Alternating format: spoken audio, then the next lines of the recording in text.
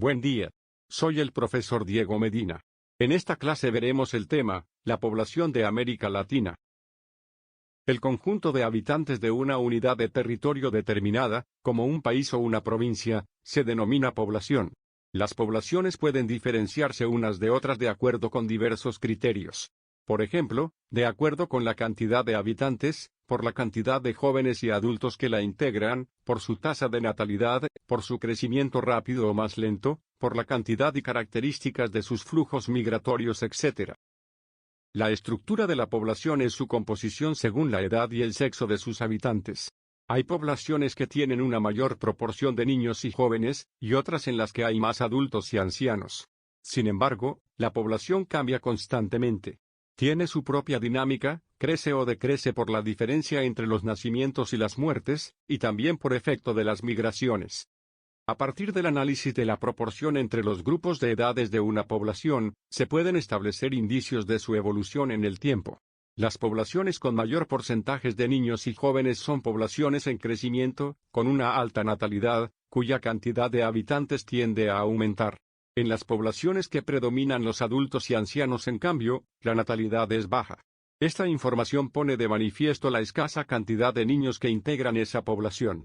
En ese caso, la cantidad de habitantes tiende a disminuir, es decir, la población tiende a decrecer. En muchos países de América Latina, la natalidad es muy alta. Principalmente en Bolivia, Guatemala, Haití, Honduras, Nicaragua y Paraguay. En muchos casos, la gran cantidad de hijos por familia está asociada a problemas sociales como la pobreza o el deterioro de las condiciones de vida. El alto nivel de nacimientos no necesariamente implica un aumento de la cantidad de población, porque, por ejemplo, el incremento de la población que produce la alta natalidad puede estar compensado por una alta tasa de mortalidad y por una importante emigración. Este es el caso de Haití, que a pesar de tener una de las tasas de fecundidad más altas del continente, se encuentra entre los países con niveles más bajos de crecimiento demográfico. El crecimiento demográfico se define como el aumento de la cantidad de habitantes de una población, y es el resultado de la suma del crecimiento natural, también llamado vegetativo, y el saldo o crecimiento migratorio. El crecimiento natural es la diferencia entre la natalidad y la mortalidad, y se obtiene restando los nacimientos menos las defunciones. El crecimiento migratorio es la diferencia entre las inmigraciones y las emigraciones, es decir, las personas que llegan a vivir al país, y las que se van a vivir a otros países. Las pirámides de población son representaciones gráficas de la composición por sexo y edad de una población, en un momento determinado.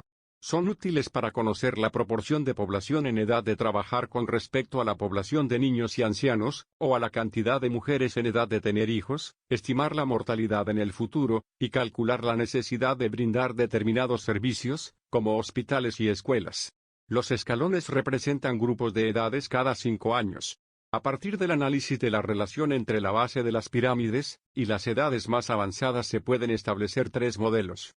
Las pirámides progresivas o expansivas, las pirámides regresivas, y las pirámides estables. Las pirámides progresivas son aquellas que tienen una base ancha que indican que la población tiene una alta natalidad. En esa población, la cantidad de habitantes tiende a aumentar, es decir, a estar en constante crecimiento. Las pirámides regresivas son aquellas que tienen una base angosta, e indican que la población tiene una baja natalidad, y que la mayor parte de ella es adulta. En esa población, la cantidad de habitantes tiende a disminuir. Por último, las pirámides estables son aquellas que tienen una relación proporcional entre su base y su cima. Indican que la población tiene un nivel de natalidad suficiente para mantener la cantidad de habitantes. La población no se distribuye de manera homogénea en el territorio. Existen áreas muy pobladas, áreas poco pobladas, y áreas prácticamente deshabitadas.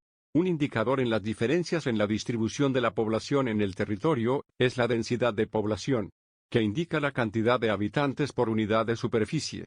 Para calcular la densidad de población, se divide la cantidad de habitantes por la cantidad de kilómetros cuadrados de superficie. Las zonas de mayor densidad poblacional en América Latina se encuentran en la zona central de México, Centroamérica, las costas de Brasil y la zona correspondiente a la Cuenca del Plata. Por otro lado, las zonas con menor densidad poblacional se encuentran en la selva del Amazonas, las zonas cordilleranas del oeste y en la Patagonia. El grado o nivel de urbanización de una región o un país está dado por la proporción de población urbana que posee ese territorio en un momento determinado. La población de todo el mundo se encuentra muy urbanizada. El 47% de la población del mundo vive en ciudades. América es el continente más urbanizado, el 75% de su población vive en ciudades. Sin embargo, entre los países de Latinoamérica, existen situaciones de contraste. Algunos países poseen altos porcentajes de urbanización, como la Argentina y Uruguay, que casi llegan a una urbanización del 90%, resultado principalmente de las migraciones del campo a la ciudad relacionadas con el desarrollo de la industria a mediados del siglo XX. En otros países de la región, como Haití, Honduras y Guatemala, la mayor parte de la población vive en áreas rurales. En la actualidad, el proceso de urbanización de América Latina continúa, es decir que una gran cantidad de personas sigue migrando del campo a las ciudades en busca de oportunidades laborales. En muchos casos, las ciudades tampoco brindan a estas personas las posibilidades de mejorar su situación económica y como consecuencia, los centros urbanos se convierten en zonas de concentración de pobreza. De esta manera terminamos esta clase, donde vimos el tema, la población de América Latina. Los espero en la próxima clase. Saludos.